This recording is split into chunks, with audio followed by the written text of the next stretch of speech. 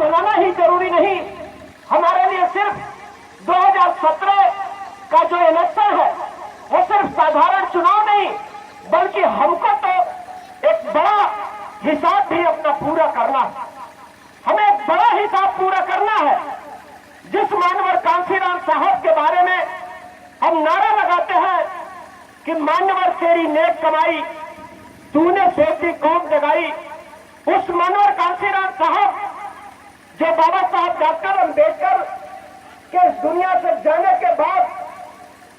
जो बाबा साहब डॉक्टर अंबेडकर ने खाका खींचा इस देश में और समाज की बेहतरी के लिए, जो मानव बाबा साहब डॉक्टर अंबेडकर ने जो खाका खींचा साथियों, उस खाका में अगर कोई रंग भरने का इस धरती पर काम किया तो कोई और नाम नहीं, वो मान्यवर कांशीराम साहब का नाम है साहब। वो मान्यवर कांशीराम साहब, जब हम लोग कभी सरकार बनाने की बात सोच नहीं सकते थे, जब हमारे लोग ये बात मान चुके थे कि गरीबी हमारे भाग्य में है, गुलामी हमारे नसीब में है, जब हम ये मान चुके थे, ऐसे दौर में मान्यवर कांशीराम साहब आते हैं, हमारे अंदर राजा बनने की काबिलियत पैदा कर दिया मान्यवर कांशीराम साहब ने साथियों। वो मान्यवर कांशीराम साहब को हम नमन करते हैं। हमें हिसाब करना है 2014 का जो इलेक्शन, जो 2017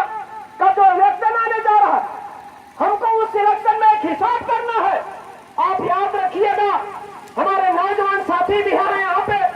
हमारे बुजुर्ग लोग भी हैं, हमारे भाई भी हैं, हमारे छोटे भाई भी हैं। आप याद रखिएगा, हम आपका ध्यान उधर लेकर जाना चाहते हैं कि जिस मान्यवर कांशीराम साहब के चरणों में हम अपना सर झुकाते हैं, जिस मान्यवर कांशीराम साहब ने समाज में परिवर्तन का महाअभियान चलाया, बाबा साहब डॉक्टर अंबेडकर के मिशन को आगे बढ़ाया, उस मान्यवर कांशीराम साहब ने अपने पूरे जीवन को समाज के लिए जो समर्पित किया, उस मान्यवर कांशीराम साहब, वो मान्यवर कांशीराम साहब अपने संघर्षों के दौरान एक घटना घटती है और मान्यवर कांशीराम साहब बीमार हो जाते हैं। मान्यवर कांशीराम साहब जब बीमार हो जाते हैं तो साथियों वो दिन हम लोगों के लिए बहुत दुखद दिन था। हम लोग पूरे देश के जो गरीब तबके के लोग हैं, जो पूरे देश के जो शोषित तबके के लोग हैं, चाहे वो दलित हो, चाहे वो पिछड़ा हो, चाहे माइनॉरिटी हो, चाहे सब समाज का गरीब हो, जिस दिन मान्यवर कांशीराम साहब बीमार पड़े, उस दिन पूरा समाज बहुत कष्ट में था, बहुत तकलीफ में था, बहुत दुखी था। और वो मान्यवर कांशीराम साहब के लिए पूरे देश के अंदर प्रार्थना किया जा रहा था कि मान्यवर कांशीराम साहब हमारे बीच में और भी कुछ दिन रहे। लेकिन जब मान्यवर कांशीराम साहब बीमार थे 2006 के दौरान, जब मान्यवर कांशीराम साहब बीमार थे साथियों, उस समय उनके इलाज के लिए माननीय बहन कुमारी मायावती जी पूरा संघर्ष कर रही थी। उनके जीवन को बचाने के लिए बहन कुमारी मायावती जी देश ही नहीं बल्कि पूरी दुनिया के जितने भी अच्छे डॉक्टर थे, उन डॉक्टरों को माननीय बहन कुमारी मायावती जी ने माननीय कांशीराम साहब के इलाज के लिए लगाया हुआ था। लेकिन उसी दौरान एक ऐसी ताकत जो देश के अंदर काम कर रही थी, अटल बिहारी वाजपेयी की सरकार, ये भारतीय जनता पार्टी और बीजेपी के लोगों की सरकार इस देश में काम कर रही थी साथियों। जब हमारे मसीहा माननीय कांशीराम साहब बीमार थे, माननीय बहन कुमारी मायावती जी उनके इलाज के लिए परेशान थी,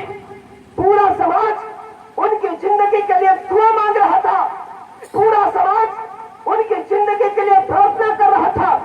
ऐसे समय में भारतीय जनता पार्टी ने एक बड़ी साजिश रची साथी। भारतीय जनता पार्टी ने एक साजिश रची और भारतीय जनता पार्टी की उस साजिश के तहत माननीय कांशीराम साहब के इलाज के लिए जो पैसा बहुजन समाज पार्टी के कार्यालय में रखा हुआ था, भारतीय जनता पार्टी के लोगों ने साजिश किया। उनकी योजना थी, उनकी ये प्लानिंग थी, वो चाहते थे कि माननीय कांशीराम साहब इलाज के अभाव में इस दुनिया को छोड़ जाए। भारतीय जनता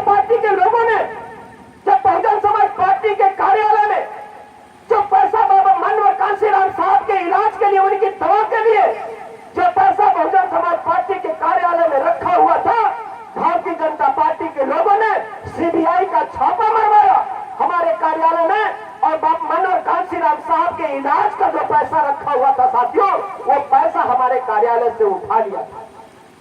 हमें इस बात को याद रखना चाहिए, हमें हिसाब पूरा करना है।